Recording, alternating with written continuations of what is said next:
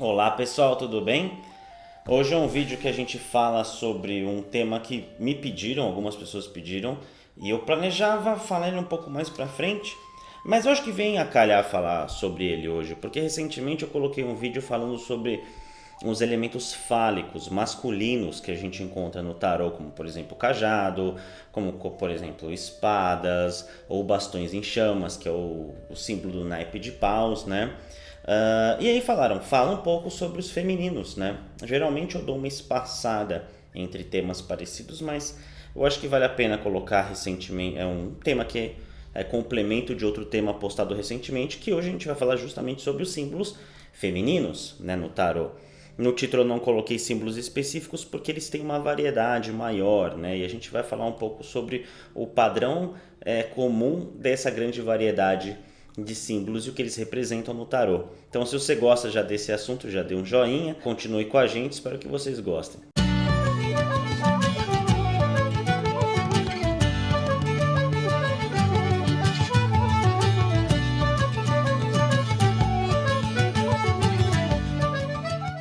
Vamos lá, a gente estava falando sobre os elementos fálicos, né, e alguns arcanos que tem muito a ver com essa questão do elemento fálico que ele representa, poder de decisão, poder de imaginação, ação, e o que isso representa, o que ele pode representar nos seus estudos de tarô e nas suas jogadas, né.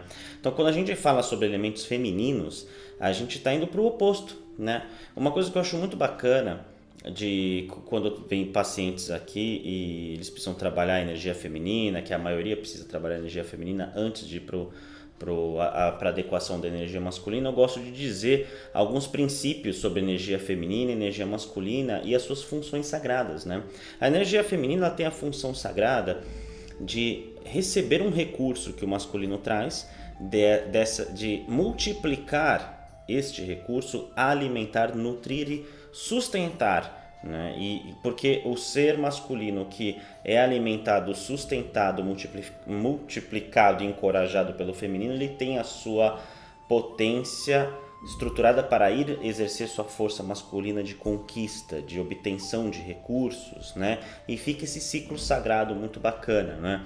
Então no tarô a gente encontra, eu peguei aqui alguns arcanos maiores que tem a ver com a imagem do feminino, né? Mas antes de ir para os arcanos maiores, vamos falar sobre os menores. Nos arcanos menores a gente vê o elemento de terra pelo naipe de ouros e o elemento água no naipe de copas. Se a gente for parar a pensar, qual é a diferença desses dois elementos para espadas e bastões? Espada e bastão é nitidamente elemento fálico. Já os elementos de terra e água, eles são representados por pentagramas ou moedas de ouros, né? E por taças. Se a gente for para pensar, para observar, ambos os símbolos são circulares. Eles são circunféricos, né? Então, por exemplo, o pentagrama ele é um círculo, né? Com o pentagrama dentro, ou ouros, né? E copas ele é um objeto sinuoso, mas que na sua parte de cima é um círculo, onde ele mantém a água, né? A água relacionada a emoções, relacionada à fluidez das emoções, ao campo de aprendizado emocional. E ouros ligado à terra, né? Que é onde a gente encontra o princípio da fertilidade, que é altamente feminina, a energia. Então, nos elementos, né? Nos arcanos menores, a gente tem paus e espadas para masculino, copas e ouros para o feminino. E a gente encontra muito desses elementos em outros naipes, como por exemplo, quando a gente vai olhar os arcanos menores, a gente vê a inter-relação desses elementos. O que eu quero dizer com isso? Quando a gente vai, por exemplo, para o naipe de espadas, que é altamente masculino, existem momentos na jornada de aprendizado daquele naipe, daquele elemento, onde o contato com outro elemento é necessário. Haja visto uma carta que eu estou colocando aí na tela, que é o naipe do 6 de espadas, né? O 6 de espadas é uma carta que é basicamente masculino, naipe de espadas e tal, mas é um barco em cima de um rio, indo para longe, ou seja, tem a ver com o contato com o elemento água. Então, certamente, naquele momento, naquela carta de aprendizado de arcano maior, há um contato com o campo das emoções e um aprendizado muito importante nesse campo. Quando a gente fala de arcanos maiores, a gente encontra sempre questões ligadas aos elementos que a gente já citou. Então, por exemplo, a carta da temperança. apesar de ser um arcano maior, a gente vê 2 taças sendo seguradas por um anjo que tem um aspecto meio andrógeno, né? Alguns tarôs, a maioria dos tarôs, eles colocam uma figura feminina segurando as taças, né? O tarô do steampunk é uma mulher, o tarô mitológico é a deusa Íris, né? E aqui ela também coloca um pé na terra, elemento feminino, e um pé na água, elemento feminino. Olha que interessante. Carta da lua, a gente vê a lua um elemento de aspecto circunférico e a água aqui embaixo. A estrela, ânforas sendo vertidas água, uma mulher nua tendo contato com a terra e com a água, os elementos femininos.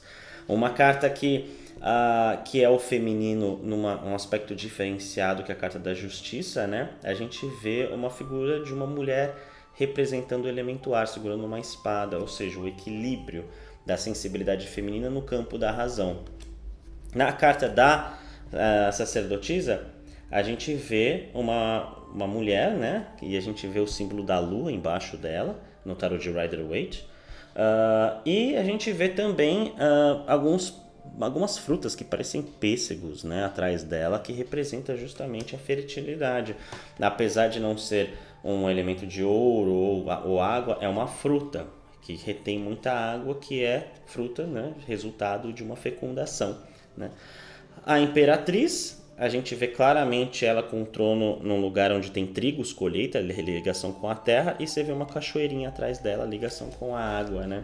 Muito bacana. Então a gente vê... E antes de eu continuar encerrando aqui, a carta da força, né? Que quem doma a fera não é a força belicosa masculina, mas assim a sensibilidade feminina, porque o feminino, como eu sempre falo para alguns pacientes, está muito ligado à autopercepção. É no feminino que a gente encontra a autopercepção. Então é muito importante, quando cai cartas de cunho feminino, a questão da autoobservação, né? E a carta da força, ela representa claramente isso. É uma donzela que doma o leão.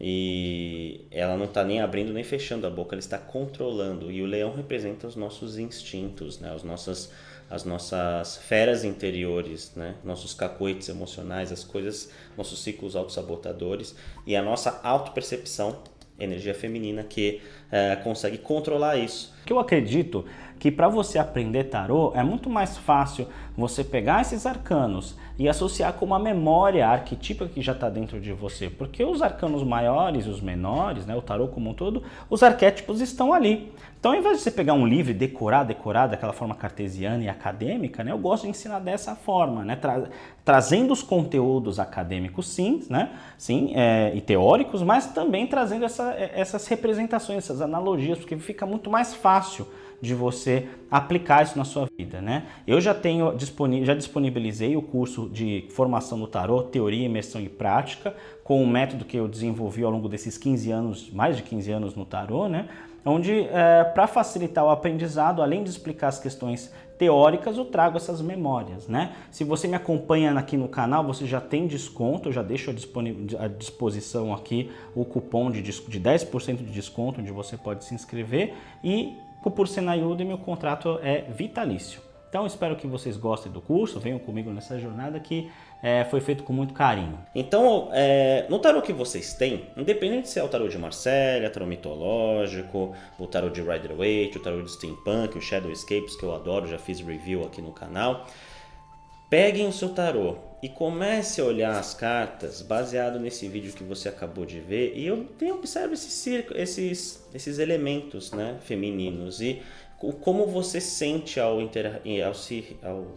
se interagir com essa carta mesmo. O que te traz isso, né? Te traz acolhimento, te traz uma certa repulsa, te traz um incômodo, te traz um fascínio, né? Isso tudo tem que ser observado. E através da energia feminina saudável dentro da gente que a gente consegue começar a se entender através dessa análise das nossas reações perante esses símbolos, né? Bom, já estou divagando, né? É uma linguagem muito mais terapêutica, mas fica aqui nesse vídeo um pouco de explicação sobre esses símbolos femininos e essa liçãozinha de casa para vocês fazerem essa autopercepção, autoobservação das suas reações emocionais frente a esses símbolos. A gente fica por aqui e se vê no próximo vídeo. Um grande abraço, muito obrigado.